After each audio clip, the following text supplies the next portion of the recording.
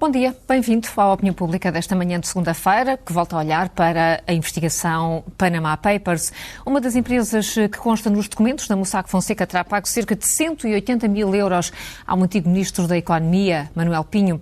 De acordo com o Jornal Público, a quantia foi paga pela ES Enterprise, uma sociedade do Grupo Espírito Santo, que está a ser investigada pelo Ministério Público desde 2014. Em causa estão suspeitas de um saco azul. A empresa seria usada para pagamentos do GES não documentados, por onde terão passado também fundos vindos de Angola. A alegada remuneração poderá estar ligada à atividade de Manuel Pinho no GES, onde trabalhou durante 2 décadas. No Reino Unido, o Primeiro-Ministro continua sob pressão depois de ter admitido que beneficiou com os negócios offshore do pai. David Cameron anunciou que vai criar um grupo de trabalho para investigar as informações dos Panama Papers e eventuais ilegalidades no país. Antes, decidiu divulgar as declarações de imposto e rendimentos a partir de 2009. Este domingo, 4 anos depois de prometido, o primeiro-ministro britânico acabou por ter que mostrar o que paga de impostos. O resultado pode não ter sido o esperado. David Cameron é confrontado com cada vez mais dúvidas por parte da imprensa e da oposição. Declarou quanto ganhou com ações antes de ser primeiro-ministro. Agora querem saber com que ações a família deu-lhe dinheiro. Agora querem saber se foi para fugir ao imposto sucessório quando a mãe morrer. E a oposição quer que vá ao Parlamento explicar os negócios com o offshore do pai.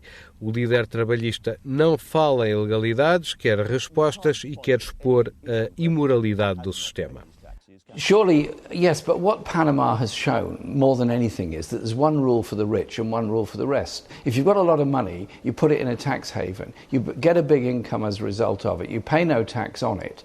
If you're a care worker, a street cleaner or a nurse, you don't have those options, you don't have those opportunities, you pay your tax. And I tell you, the anger out there of a lot of people who work really hard, pay the tax, and not offered negotiations with HMRC, they have to pay and they get fined if they're late.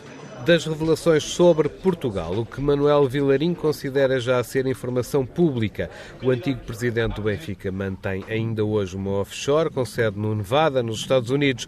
Admite ter escondido dinheiro para não ser penhorado, num diferente com o BES que envolvia títulos da SAD do Benfica.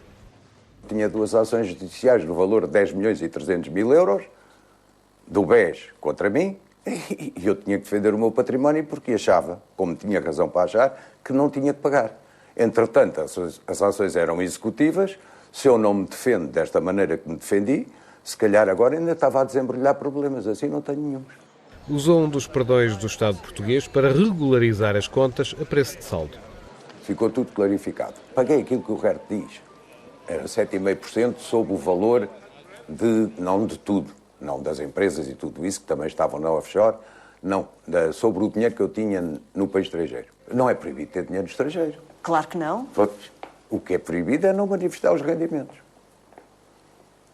E por isso é que eu paguei o RERT, porque se calhar, antes de pagar o RERT, tínhamos esquecido de um ou outro rendimento, de manifestar. E isso ficou limpo.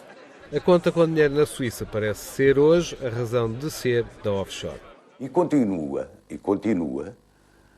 a funcionar esta offshore, esta que lhe estou a falar, que é a mesma sempre, porque, se assim não for, veja bem o que é que acontece. Eu estou a fazer bem a Portugal, porque senão pago os impostos na Suíça e o que pagar na Suíça venho deduzir aqui no meu IRS. Quem é que ficou com o dinheiro? Foram os suíços, não é? Assim não, pago cá. Além de muita documentação que pode ajudar a explicar onde andou o dinheiro do Banco Espírito Santo, há 240 nomes de portugueses citados nos Panama Papers. Entre os que foram ontem revelados estão o do Luís Portela, dono da farmacêutica Bial, e o do empresário Ilídio Pinho, que nega em absoluto ter alguma ligação com a Mossack Fonseca. Na Opinião Pública desta manhã falamos dos últimos desenvolvimentos na investigação dos chamados Panama Papers. Depois do que se tem tornado público, tem visto determinação por parte das autoridades políticas e judiciárias para impedir crimes como o branqueamento de capitais, a fraude e a evasão fiscal. Onde está verdadeiramente o problema? Na falta de legislação eficaz ou na própria existência de paraísos fiscais? Que comentário faz também aos nomes de portugueses, entretanto revelados? Queremos ouvir a sua opinião. Pode participar inscrevendo-se a partir de agora pelos habituais números do telefone. 21 416 1147 ou então o 21 416 1148. Passo a apresentar a nossa convidada desta manhã, Ana Paula Dourado. É professora de Direito da Universidade de Lisboa e também membro da Plataforma Europeia para a Boa Governação Fiscal. Muito bom dia, muito obrigada por ter vindo à opinião pública. Temos estado nos últimos dias a olhar atentamente para as revelações relativas a estes documentos. Parece-lhe que estão criadas as condições para que se mude alguma coisa efetivamente na questão dos paraísos fiscais, ou depois da indignação vamos ficar todos novamente adormecidos e sem exigir muito mais? As condições têm vindo a ser criadas, não é algo que tenha surgido agora com os Panama Papers. Esta é, enfim, mais uma razão, mais um pretexto, no bom sentido, para seguir avançando neste movimento que esperemos que seja imparável relativamente à transparência dos paraísos fiscais. Parece que há uma sensibilidade maior para este problema, por parte de quem pode efetivamente mudar alguma coisa? Há vários jogadores aqui, vários agentes que têm que intervir em simultâneo e que têm estado a fazer esse trabalho. Desde logo a comunicação social tem sido importantíssima na divulgação dos ainda existentes sigilos e falta de transparência, e depois o Fórum Global como um braço da OCDE que abrange neste momento 127 países, portanto vai muito além dos Estados da OCDE, e os próprios que nós chamamos paraísos fiscais, isto é necessária uma colaboração dos paraísos fiscais para se tornarem jurisdições cooperantes, para serem mais transparentes e para assim entrarem para o sistema. É todo este jogo em simultâneo de pressão, de isolamento dos paraísos fiscais que esperemos que venha a dar os resultados que são necessários. Então diga-me, não se defende, ou a senhora não defende o fim dos paraísos fiscais? Defende uma legislação e uma maior transparência destes espaços, é isso? Os paraísos fiscais temos que ver como é que os definimos. Sim. Hoje em dia, o que é aceito como definição consensual pela OCDE e pelo Fórum Global é justamente o facto de não terem um regime de regulação mínima e de transparência, isto é, de colaboração com os outros Estados. A tributação mínima, haver um mínimo de tributação, é algo que pode ser discutido, que tem sido discutido desde, enfim, já há muitos anos. Em 98, a OCDE apresentou um relatório em que sugeria que, para além da transparência, deveria haver uma tributação mínima para que a concorrência fosse uma concorrência leal. Esse relatório foi muito criticado pelo Senado norte-americano. A OCDE teve que fazer um segundo relatório esclarecendo que, de facto, o objetivo era a transparência, a troca de informações. E, neste momento, há uma proposta da Comissão Europeia que foi apresentada em 28 de janeiro, portanto, bastante recente, em que, a nível da União Europeia, a Comissão pretenderia que Estados terceiros, que ainda não são cooperantes, viessem para o sistema não só através da transparência, mas também através de uma tributação mínima, fazendo uma comparação de taxas nominais entre aquilo que é aplicado na Europa, num Estado-membro, e essas taxas mínimas nos paraísos fiscais. Se não houvesse essa taxa mínima, 40%, enfim, portanto, nem sequer se pede muito, 40%, não pode ser mais do 40% abaixo da taxa nominal de um Estado-membro. Se isso não acontecesse, então haveria sanções a aplicar por parte dos Estados-membros. Todavia, a Alemanha, por exemplo, opôs há umas semanas, a ir além do que propõe a OCDE. E a OCDE o que propõe é apenas a transparência. Ou seja, o que me está a dizer é que nestas duas condições, a transparência e a tributação mínima, é mais difícil conseguir consensos ao nível da tributação mínima. Com a tributação mínima, sim. É mais difícil porque estamos a falar de muitos Estados na ordem internacional que não conseguimos agrupar facilmente. Isto é, temos que ver, por um lado, países em vias de desenvolvimento, dentro dos países em vias de desenvolvimento, os que têm recursos naturais e os que não têm.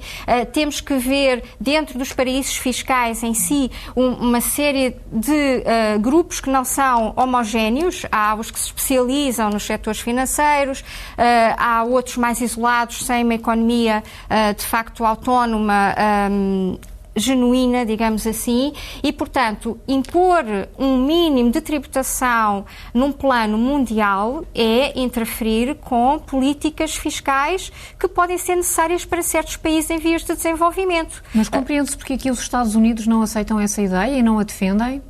Da tributação mínima. Da tributação mínima? Tradicionalmente, os anglo-saxónicos, liderados provavelmente pelos Estados Unidos, mas também a posição do Reino Unido, jogam no campo da transparência, apenas. Ou seja, porque que a transparência já seria... Numa perspectiva mais liberal da economia, em que os Estados têm autonomia para definir as suas próprias regras fiscais, é Exatamente. Isso? E porque que a transparência seria... podemos dizer, praticamente suficiente para os Estados que exportam ou capital, ou enfim, ou que acabam por sofrer com a evasão fiscal. Porque, neste momento, temos que distinguir, no caso dos contribuintes que são pessoas singulares, existe um regime de tributação universal. Isto é, nós residentes em Portugal somos tributados sobre todos os rendimentos, independentemente da sua localização. Um pouco algumas das declarações que foram feitas. Não é? Porque ouvimos Manuel Vilarinho na nossa reportagem dizer que está a fazer bem a Portugal, tendo um offshore. Vamos lá ver. Portugal, de facto, tributa, isto é, nós somos obrigados a declarar os rendimentos, quando somos cá residentes, obtidos dentro e fora. Portanto, se os declararmos, é irrelevante que tenhamos esses rendimentos num paraíso fiscal ou na Alemanha, por exemplo. A questão é, em relação aos paraísos fiscais, é a suspeita que os paraísos fiscais levantam, porque justamente não estando a colaborar na troca de informações, isso significa que o contribuinte fica à partida protegido, a não ser que haja denúncias como as que apareceram agora e que põem em causa, portanto, essa proteção. Mas é importante perceber que os paraísos fiscais estão sob suspeita porque, de facto, eles têm promovido situações e comportamentos de evasão fiscal. E temos aqui até 3 grupos, digamos, em jogo. Os paraísos fiscais, as sociedades intermediárias, consultores, promotores de planeamento fiscal ou até de evasão fiscal. Como esta sociedade, a Mossack Fonseca, é isso que ela é? Exatamente. E depois os beneficiários efetivos, que são os contribuintes que têm que declarar os seus rendimentos no seu país e, portanto, aí é irrelevante se o paraíso fiscal, entre aspas, não é? Enfim, porque é uma categoria muito ampla, tributa ou não. Porque pode ser até um Estado que troca informações, que não seja considerado paraíso fiscal e que tem uma tributação baixa.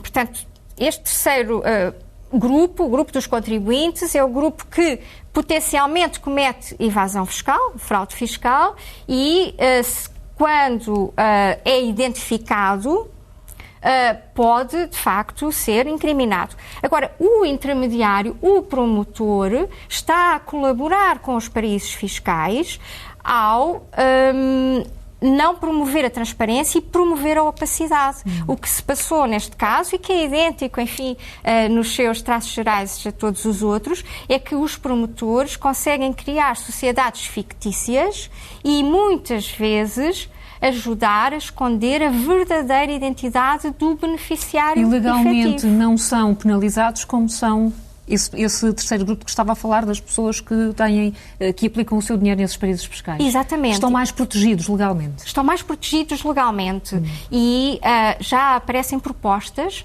no sentido de responsabilizar criminalmente estas entidades intermediárias, promotoras, que ajudem a esconder a identidade dos beneficiários efetivos e não façam tudo para descobrir essa identidade. Mas há um outro aspecto que já está a ser trabalhado desde há algum tempo, que é a chamada responsabilidade social das empresas. existe um movimento forte na OCDE, junto das multinacionais, enfim, e de várias empresas, para que elas adotem um código de conduta a vários níveis, portanto, respeitando os princípios das leis dos países, não só a parte fiscal, o direito do ambiente, por exemplo, as regras ambientais, regras laborais. Esse código de conduta, se for adotado, deve então também ser a empresa que o adota submetida à fiscalização para ver se está a cumprir o código de conduta e, dessa forma, ela colabora de forma responsável também com os bons princípios que vão para além de uma legalidade estrita. E a tal questão da transparência. Ana Paula Dourado, já vamos continuar a conversar. Temos já espectadores inscritos para participar na opinião pública. O professor catedrático Guilherme Pereira é o primeiro, está a ver-nos de Lisboa. Muito bom dia. Bom dia. Bom dia. Antes de mais, quero cumprimentar-te, por tu, professor jornalista também.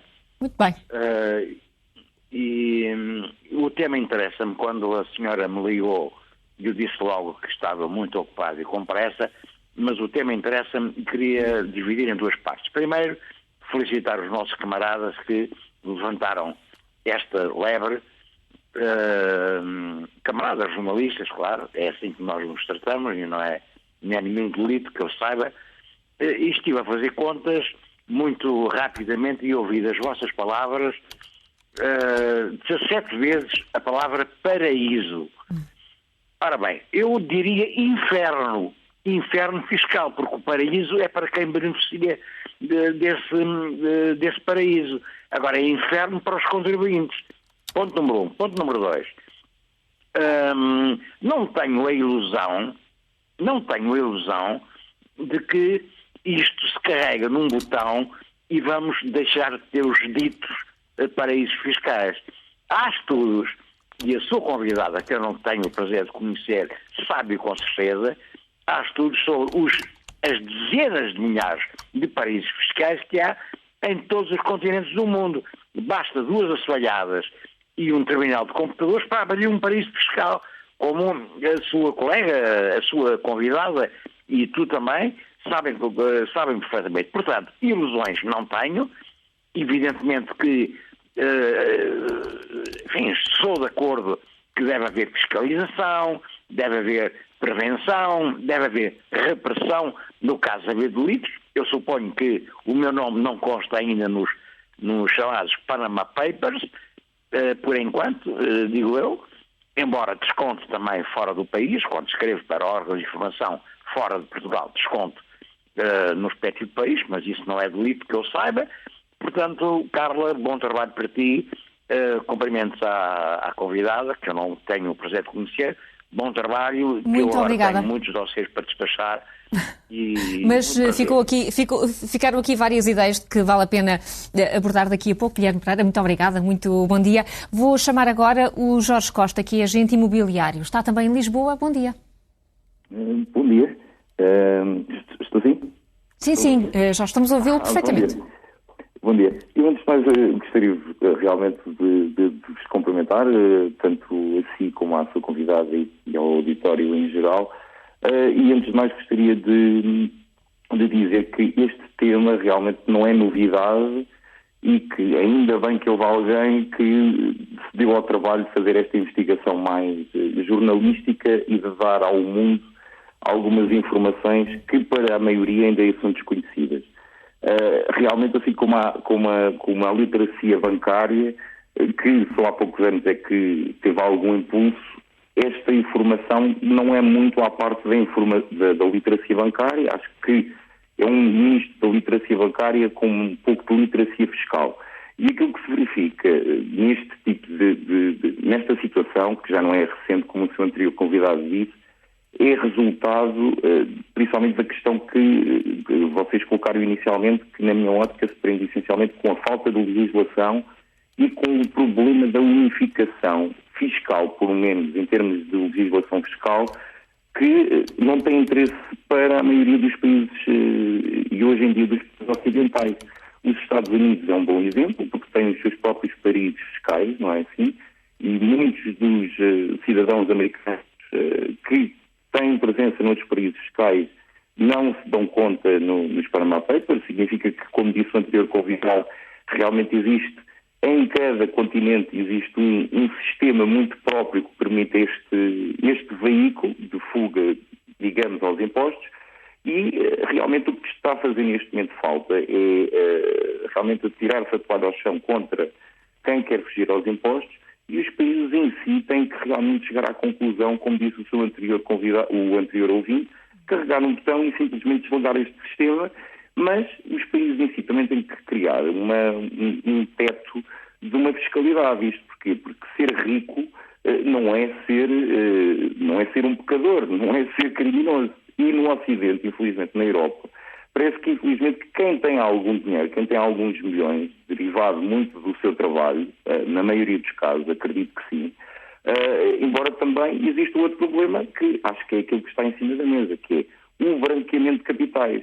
E nesse sentido, realmente, até os próprios países têm que chegar aqui a um consenso. Porquê? Porque não é como veio o nosso Primeiro-Ministro dizer há pouco no Parlamento, há poucas semanas, que quem for apanhado nestes casos vai ser tributado com um ajustamento de penalização. Eu acho que isto é errado, porque muitas das empresas que efetivamente existem nestes mundos offshore são empresas que fazem lavagem proveniente de drogas ou de armas, e eu penso que os países não estão legitimamente preparados para fiscalizar sobre este tipo de negócios, não é assim? Portanto, eu penso que é um bocado ridículo dizer-se que se vai tributar sobre uma empresa ou sobre uma empresa que tem como base o crime.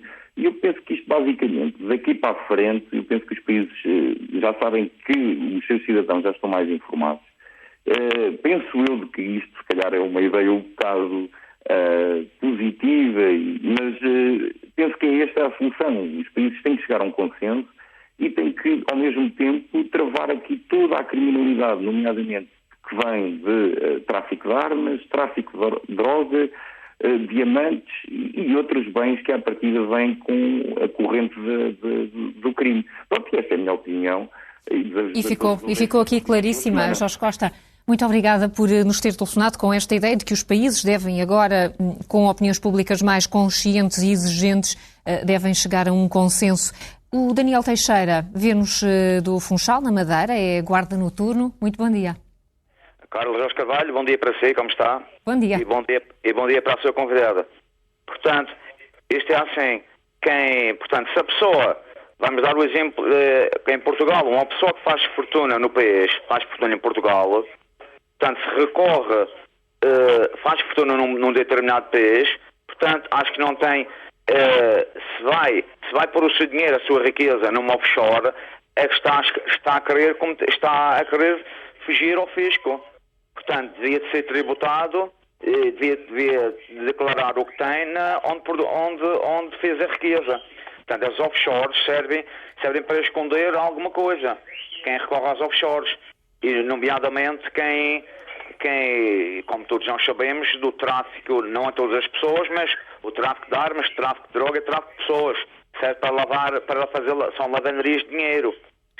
Portanto, quem recorre a isso é que quer cometer evasão fiscal, e é bom que se saiba, para quem tem dinheiro nessas offshores, tenha de ser tributado, quem tem de declarar as suas fortunas e os seus bens. Agora, na região autónoma da Madeira, as pessoas falam no CNIM, o Centro Internacional de Negócios da Madeira, que é uma zona franca, que tem um offshore. Claro que também há, como em todos os lados, há ilegalidades aí, mas não esqueçamos que o CNIM, o offshore da Zona Franca da Madeira, produz uma receita à volta dos 150 milhões de euros para a região autónoma da Madeira. É uma receita muito significativa. Claro, vou dar aqui um exemplo. Há sempre, como já disse há pouco, e repetindo, há pessoas que recorrem aos offshores para esconder o dinheiro, esconder a riqueza e para não serem tributados. E veja o seu caso do jogador do Barcelona, o internacional argentino, Javier Mascherano, e um internacional espanhol, Xabi Alonso, que uma empresa fictícia na Zona Franca, para eles fugirem ao fisco, uma empresa que não tinha portas abertas, não tinha espaço físico e tinha um empregado que recebia 70 euros por mês. Quer dizer, tudo fictício. Portanto, também as offshores também servem para isto. Agora, olha, também o seguinte, os senhores juízes, os senhores magistrados deviam de apresentar declaração de rendimentos, porque muitos deles têm o dinheiro lá. Deviam de apresentar declaração de rendimentos e de património. Portanto, não podem estar à margem da lei. E veja o seu caso como hoje a imprensa fala, o grupo Salgado, o senhor Ricardo Salgado, o grupo BES formou 300 empresas offshores. Para quê? Para cometer evasão fiscal. E lembro-me com um dos aqueles artistas do João Manuel Espírito Santo, quando foi à Comissão de Inquérito à Assembleia da República, ele disse que não sabia, desconhecia, claro, tinha amnésia, não sabia e desmentiu, e agora é bom que venhamos a saber isto para vermos que as pessoas mentem, essas comissões de inquérito não produzem efeitos nenhuns, as pessoas vão lá e ainda brincam com os deputados, que são eleitos por nós, e portanto quem recorre a essas offshores, como alguém disse anteriormente, um participante antes de mim, devia haver novas leis, nova legislação, para haver mais transparência e assim para impedir quem recorre aos offshores, para impedir quem recorre para cometer evasão fiscal. Daniel. Era esta a minha opinião. Um bom dia para si. Muito bom dia também para si, Daniel Teixeira, e muito obrigada pelo seu telefonema. Vamos ouvir só mais um outro espectador, uma espectadora no caso, a Rosa Calisto, que nos vê de Lisboa, é doméstica. Bom dia. Bom dia. Bom dia. Primeiro que tudo, eu quero dar os parabéns a essa grande equipa de jornalistas que se juntou, que se uniu para chegar aonde chegou, para que todo o mundo, todos os povos saibam realmente as pessoas que nos governam, as pessoas que têm muito dinheiro e que não querem mesmo é saber dos pobres nem dos seus povos. Em segundo lugar, eu espero que não falem só dos estrangeiros, que não digam só que foi o Putin, que foi o da Inglaterra, que foram outros vários, mas que digam, que ponham também a nu os nomes dos portugueses, pois eu não acredito que seja só o Vilarinho, porque o Vilarinho e outros como o Vilarinho e não sei o quê, nós até já sabíamos, porque tem sido bastante falado, os offshores. Os offshores, toda a gente sabe que são para esconder coisas que não podem estar à vista, penso eu, na minha modesta opinião. E o que não é bom. Agora, nós os portugueses temos que começar a perceber realmente, se é que não percebemos há mais tempo, o que é que realmente tem levado os povos à miséria que tem levado. Quando nós ouvimos em Portugal os governantes, os ex-governantes, e não só a dizer que os portugueses andaram a viver acima das suas posses. Os portugueses andaram a viver acima das suas posses. Os portugueses nunca tiveram possibilidades. Os portugueses, aqueles que têm que descontar, aqueles que têm que contribuir para uma segurança social, para uma saúde, para uma educação, esses nunca foram beneficiados. Essas pessoas são as que trabalham e as que se privam e as que têm que poupar muito e muito para poder ter uma vida digna, e mesmo assim essa vida digna tem-lhe tirado. Eu não compreendo como é que realmente os portugueses e os políticos têm descaramento, é que não têm vergonha nenhuma quando dizem estas frases. Quando há pessoas que dizem que os portugueses andaram a comer bife a mais. Isto é indigno. As pessoas deveriam ter mais vergonha, mais humanidade. Olha, eu teria muito mais coisas para dizer, mas sinceramente eu já agradeço que realmente estas coisas se mexam mais e que se discutam mais, para mais portugueses, para pessoas como eu possam perceber, possam lutar, possam intervir, para realmente mostrarem que estão contra estas barbaridades, porque isto é uma barbaridade. As pessoas que sentem e que estão a sofrer na pele, refugiados, estas guerras, este terrorismo, isto é alimentado por quem? E a União Europeia tem que dar uma grande volta nos povos, tem que perceber o que é que está a fazer aos povos.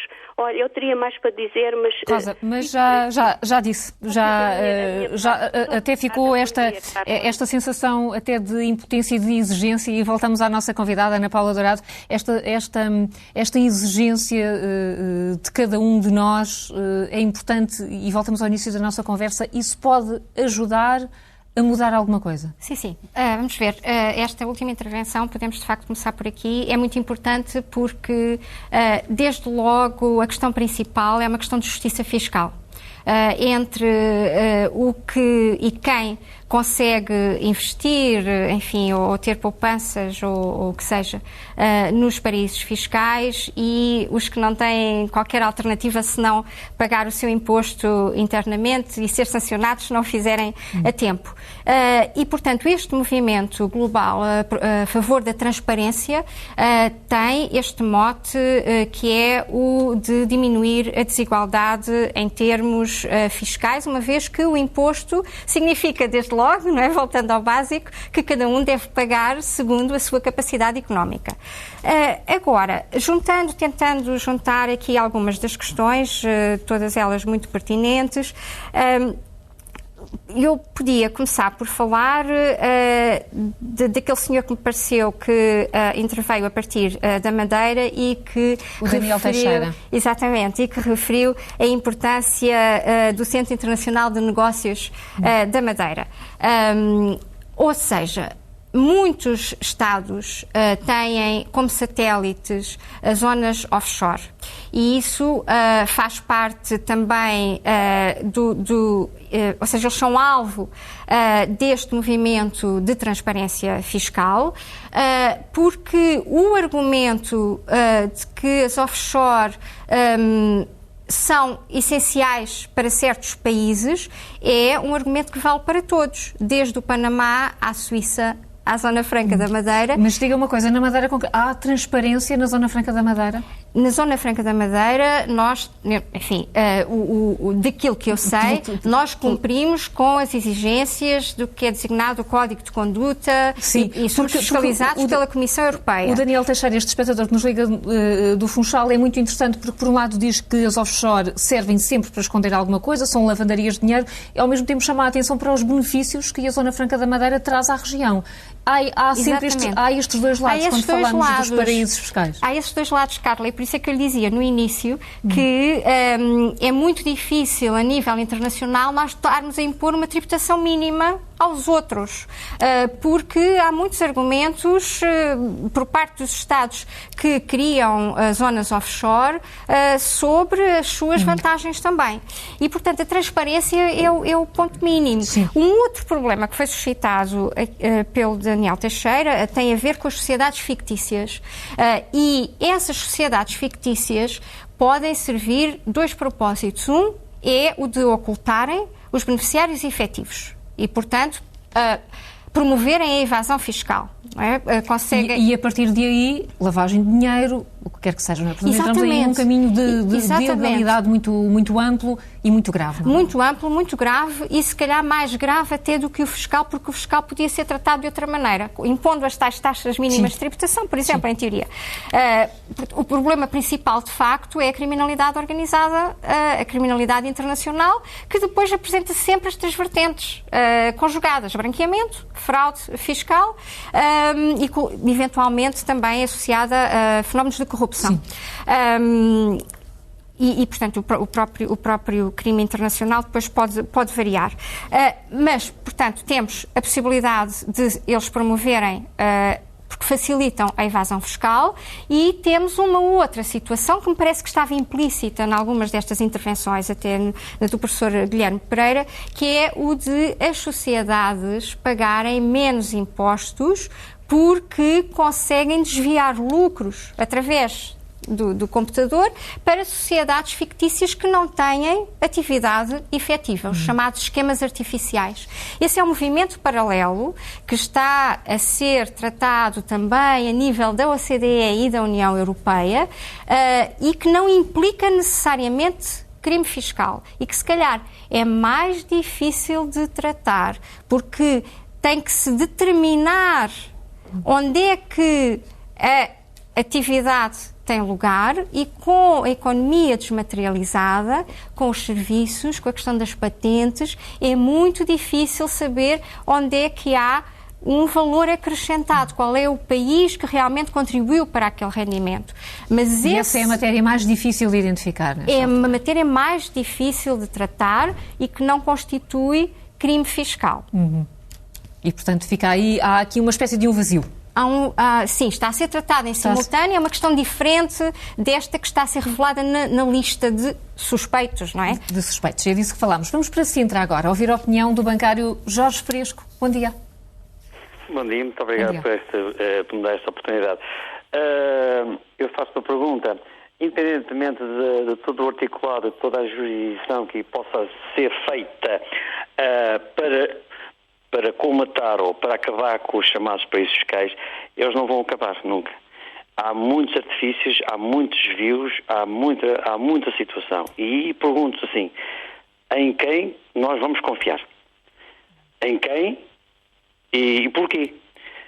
Quais são os mecanismos? Porque eu, como cidadão, pagando os meus impostos em dia, e falo de peito aberto, tenho os meus impostos em dia, como qualquer outro cidadão português, se falha na entrega do impresso, paga multa, é feita a notificação. A estes senhores que usam de todo o mecanismo de isenções de impostos, isenções de IVAs e transferem dinheiro para outros países, à revelia de quê? Essa riqueza, os homens ricos, os chamados pessoas ricas, elas têm riqueza porque alguém teve a trabalhar para isso. E esse alguém foi o comum cidadão. É o comum cidadão que levou com uma troika, com os cortes. Isso é que é quando essa senhora que há pouco eu ouvi dizer que vivíamos, falou num tema que foi muito abordado durante esses últimos 4 anos, que vivimos acima das nossas posses. Isso é mentira. É mentira, nunca vivemos em cima das nossas posses. Quem viveu sim foi quem beneficiou dos chamados subsídios que vinham da União Europeia e depois todos esses cambalachos e todas essas argoladas, BPN, Grupo Espírito Santo, Banifes, quando e como é que quando é que vamos ser ressarcidos direta e indiretamente para os cofres do Estado? Será que serão punidos? Será que será feito o arresto de todo o seu património imóvel? Será? Ou será que continua o simples cidadão, quando falha, a ser arrastado, a ser posto na rua, a ser vilipendiado por um sistema que é um autêntico agiota? O sistema financeiro português indiretamente, eu não quero ofender as pessoas que estão à frente de ministérios, sejam os quais forem, nomeadamente dos impostos, mas o mecanismo que exercem é quase como um agiota. Não são bons e brandos, enfim, entra-se no campo dos serviços de justiça para os grandes. Grandes fortunas feitas em meia dúzia de anos. À custa de quem? Há quem paga os seus impostos e que luta para ter uma vida condigna. Muito obrigada pela atenção e bom programa. Jorge Fresco, muito obrigada nós por nos ter ligado. Um bom dia para si. E esta pergunta, em quem vamos confiar e porquê? O Carlos Cipriano está desempregado. Vê-nos de Lisboa. Bom dia. Bom dia. Bom dia. Antes de mais, agradeço por participar do programa e um cumprimento geral ao pessoal da SIC e à sua convidada. E como o senhor anterior falou, dou-lhe toda a razão. O pobre fica a ver sem as finanças, leva logo com uma penhora, sujeito a ficar sem os bens da casa, e a casa também, possivelmente. Na minha opinião, todos estes vigaristas a escala mundial, principalmente em Portugal, deviam ser todos os nomes divulgados. Não sabemos se vão ser castigados, se não vão ser castigados. Era uma coisa, portanto, que... E não só, eles deviam ser presos e colocados lado a lado com os criminosos.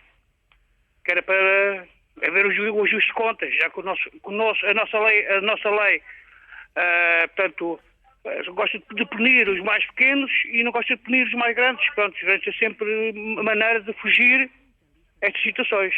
Muito obrigado e o resto bom dia para todos. Muito obrigada também, Carlos Cipriano. Bom dia também para si. Este espectador quer ver uma justiça para todos e que estas pessoas sejam penalizadas judicialmente. A Sara Moreira, empresária, está também em Lisboa. Bom dia. Está, mas a chamada caiu, portanto vamos dar algum tempo para que ainda possamos contactar de volta a Sara Moreira. Até lá o José Ferreira, que está em Sacavém, é terapeuta. Bom dia. Bom dia. Bom dia. Minhas senhoras, eu quero agradecer o poder intervir no vosso programa e gostaria de pôr um bocadinho de água na fervura. Eu espero que compreendam que a simples existência dos paraísos fiscais implica que ninguém sabe quem é as pessoas que lá vão. Ninguém vai saber que, por exemplo, se existem pessoas com nomes lá postos, também existem pessoas com números. Os paraísos fiscais, é lógico que não vão aceitar o que se pretende fazer. Até porque há uma coisa muito interessante, a realidade é muito importante neste assunto. É que se há países que estão interessados em saber quem lá está, também há países que estão interessados em que não se sabe quem lá está. E falou-se inclusivamente de tráfico de armas e tudo, mas o problema é aqueles países, por exemplo, que não fazem tráfico, vendem legalmente armas, depositam dinheiro legalmente nesses paraísos. E têm, inclusivamente, paraísos. Está, por exemplo, nos Estados Unidos existe um Estado em que tem paraíso fiscal lá dentro. E nós temos paraísos fiscais em tantos lados que nunca se vai saber exatamente qual é os contornos, porque eles não vão dizer. E repara, esse programa que fez sair inclusivamente nomes cá para fora, até inclusivamente pôs o Putin. É lógico que o Putin disse logo que quem lá fosse estava tramado, que não podia sequer fazer nada. Existem paraísos fiscais em países que não são democratas, são países que são absolutamente ditatoriais. Como é que vão fazer aí? Vão obrigá-los por meio das armas a dizer quem são as pessoas ou o que fazem? Existe uma coisa muito importante no meio disto tudo, que é a realidade. A realidade não é política nem social. A realidade é aquilo que é. Não vai haver nunca possibilidade de saber todos que lá estão, porque nem toda a gente que lá está ilegal. E os que estão ilegais também não vão nunca dizer que estão ilegais. Eu peço que vocês entendam que estes cursos são muito interessantes para arranjar grupos de estudo e tal, mas não mais que isso. Isto vai ser como sempre foi, há anos que se fala nisso, nunca aconteceu nada, nem nunca vai acontecer. E não vai acontecer, é a opinião do José Ferreira, a quem agradeço muito o telefonema. Penso que agora sim é possível ouvirmos a Sara Moreira, a empresária que fala de Lisboa. Bom dia. Bom dia. Olá, bom dia. A sua opinião? Bom dia. A minha opinião é o seguinte, se a pessoa mora em Portugal, paga imposto em Portugal, ela está contribuindo com a sociedade aqui de Portugal. Então, vamos supor, o meu marido é atleta aqui em Portugal. Esse ano ele pagou quase 40 mil euros de IRS. Aí o IRS vai para um espaço comum, que é o espaço que a gente vive. Agora, se a pessoa quer pagar imposto lá no Panamá, vai morar no Panamá, usufruir do Panamá, viver no Panamá. Essa é a minha opinião. Uhum. A pessoa tem que contribuir com o meio que ela vive, entendeu? Então, se eu como aqui em Portugal, bebo aqui em Portugal, moro aqui em Portugal, meus filhos estudam aqui em Portugal, o meu marido recebe de Portugal, eu pago meu imposto em Portugal. E tudo o resto não faz sentido, é isso, Sara, não é? Chego lá na Receita Federal do Brasil, mostro que eu pago imposto em Portugal e estou tranquila no meu país. Essa transparência que está sendo discutida é uma transparência que deve existir. Assim, a tributação mínima, ela também soma. Eu acho que soma. Mas eu acho que a transparência é o principal, porque assim, eu tenho que pagar imposto no meio que eu vivo. Entendeu? Essa é a minha opinião. Sara Moreira, ficou claríssima. Vou despedir-me de si, porque estamos mesmo nos minutos finais, mas esta ideia, e desejo-lhe um bom dia, esta ideia, enfim, isto é o princípio básico da fiscalidade. Trabalhamos, descontamos no sítio em que vivemos e seria sempre assim, não é? Depois há patamares de evolução. Não tão simples, não é tão simples. Não. Temos neste momento reconhecidos na ordem internacional 2 princípios de tributação, 2 elementos de tributação. O estado onde se obtém o rendimento, que nós chamamos fonte, e o estado de residência. Por isso, podemos ser tributados nos dois. Podem ser diferentes. Há justificação, há uma ligação suficiente com qualquer um deles para que possamos ser tributados nos 2. E normalmente é isso que acontece. Enfim, depois não quero entrar aqui muito em questões técnicas, depois temos as convenções para evitar duplas tributações e no outro reverso da medalha temos os paraísos fiscais onde há opacidade, não há tributação e facilita o contribuinte não revelar a tributação no estado de residência onde é sujeito à progressividade. Portanto, temos os 2 princípios válidos na ordem internacional. Eu gostava só, se calhar até por causa do pouco tempo que temos e não tivemos muita oportunidade de divulgar todos os avanços que foram feitos nos últimos anos nesta matéria, porque as intervenções são muito pessimistas. E então o que é que mudou? O que é que já evoluiu neste sentido da transparência? Desde 2009, após a crise financeira de 2008, houve uma forte pressão por parte da OCDE e do Fórum Global para que os paraísos fiscais viessem para o sistema. Neste momento, nós temos 127 Estados membros do Fórum Global.